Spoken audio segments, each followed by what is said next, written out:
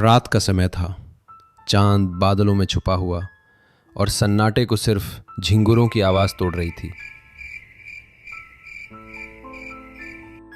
अजय और रवि दोनों शहर से पैदल निकल पड़े उस गांव की ओर जिसके बारे में लोग कहते थे वहां कोई जिंदा नहीं रहता।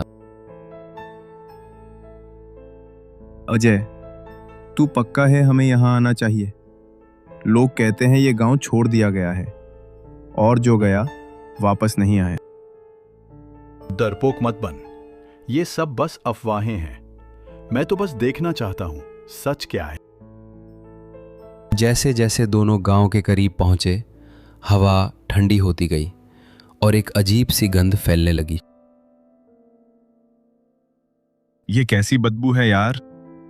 शायद किसी जानवर का शव होगा। चल आगे देखते हैं। गांव में कदम रखते ही टूटी फूटी झोपड़ियां, उखड़ी दीवारें और दरवाजों पर जंग लगे ताले, मानो सालों से किसी ने उन्हें छुआ तक न हो। अजय, सब घर खाली हैं, कोई आवाज भी नहीं। अजीब है। अचानक एक घर के भीतर से लकड़ी टूटने की आवाज आई। ठक। तूने सुना? हाँ, लगता है कोई है अंदर। चल देखते हैं।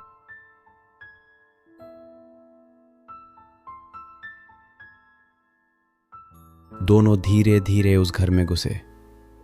अंधेरा इतना था कि कुछ भी साफ नहीं दिख रहा था। मुझे अच्छा नहीं लग रहा, चल निकलते हैं यहां से। बस 1 मिनट। जैसे ही उन्होंने साइड में देखा, कोने में एक परछाई हिली और पल भर में गायब हो गई। अजय, चल ना यार, ये जगह ठीक नहीं है। 1 मिनट, पहले समझते हैं क्या हो रहा है। गांव की गलियों में चलते हुए उन्हें एक पुराना कुआं मिला जिस पर मोटी लोहे की जंजीरें लगी थीं। इतनी जंजीरें क्यों बांध रखी हैं? शायद कुछ छुपाने के लिए। अचानक कुएं के अंदर से किसी के रोने की धीमी आवाज आई।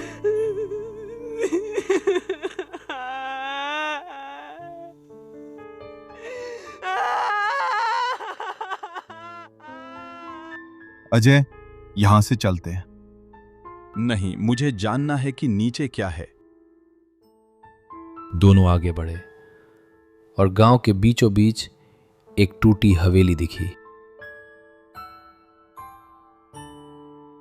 यार, ये हवेली तो फिल्मों वाली लग रही है, डरावनी फिल्म की। चल अंदर देखते हैं।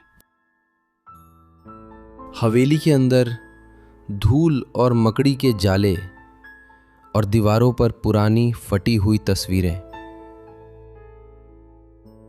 ये देख, सबकी आंखें जैसे हमें देख रही हों। शांत रहे। ऊपर की मंजिल से कदमों की आवाज आने लगी।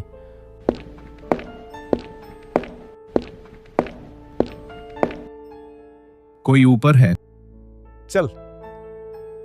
जैसे ही वो सीढ़ियों के पास पहुंचे, एक बूढ़ा आदमी टिमटिमाती लालटेन लिए सामने आया।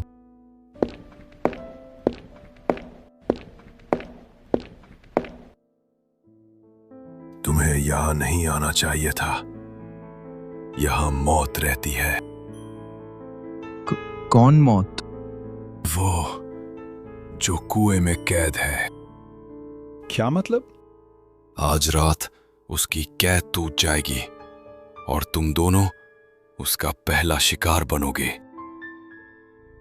इतना कहकर बूढ़ा अंधेरे में गुम हो गया और हवेली के दरवाजे अपने आप बंद हो गए। दरवाजा खोल जल्दी।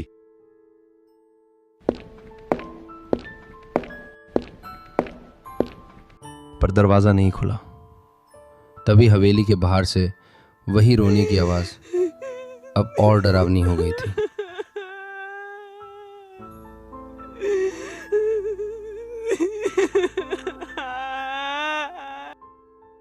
ये आवाज कुएं से आ रही है और वो धीरे धीरे पास आ रही है। हवेली की दरारों से ठंडी हवा अंदर घुसने लगी। लालटेन टिमटिमाई और बुझ गई। पूरा कमरा अंधेरे में डूब गया।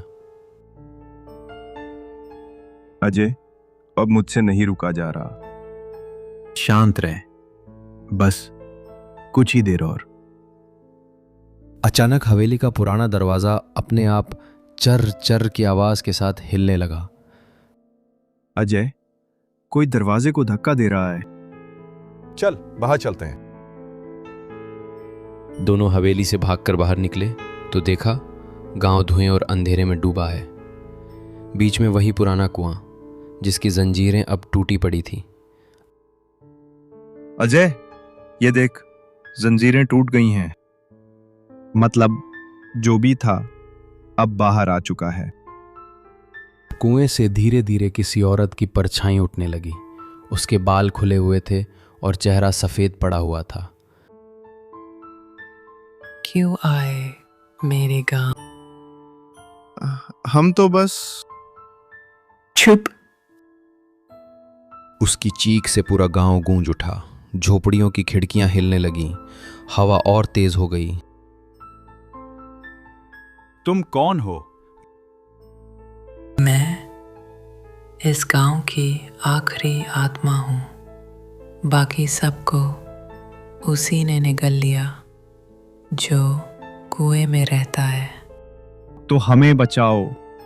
नहीं, अब बहुत देर हो चुकी है। इतना कहते ही वो औरत अचानक गायब हो गई। कुएं से किसी के हंसने की आवाज गूंज उठी।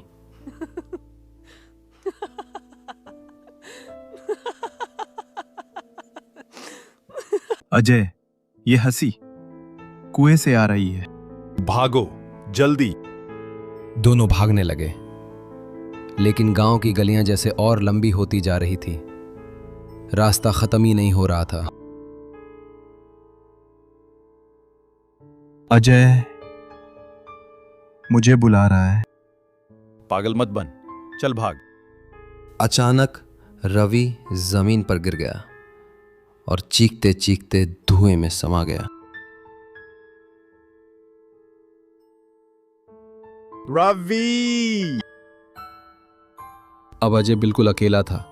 कुएं से गहरी डरावनी आवाज आई। अब तेरी बारी है। अजय का दिल तेजी से धड़क रहा था। टूटी फूटी झोंपड़ियां, धुएं से ढका आसमान और वीरान हवेली, सब जैसे उसे घूर रहे थे। रवि, तू कहां चला गया? वापस आ जा।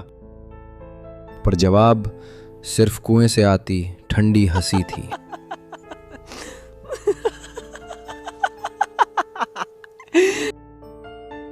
कौन है?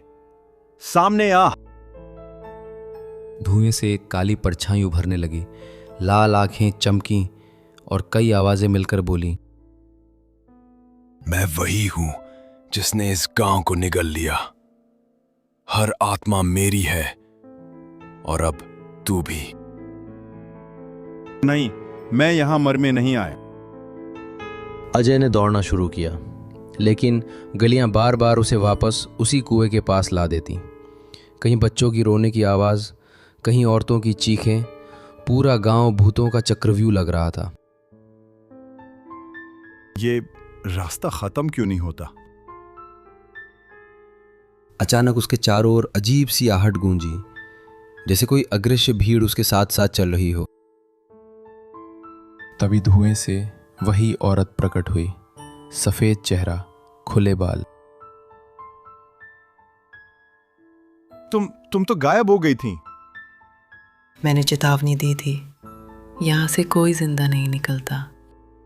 मुझे बचा लो प्लीज। मैं खुद बधी हुई हूं उसी से। अब बहुत देर हो चुकी है। इतना कहते ही औरत का चेहरा खून से भीग गया और वो परछाई बनकर हवा में घुल गई।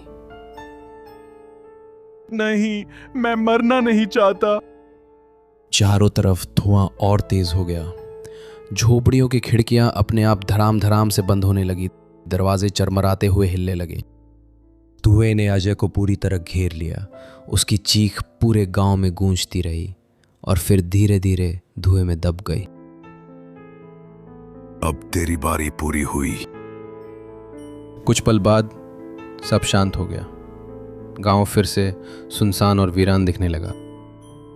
लेकिन अब फर्क ये था, कुएं से सिर्फ ठंडी हवा नहीं, बल्कि अजय की डरावनी हंसी गूंज रही थी।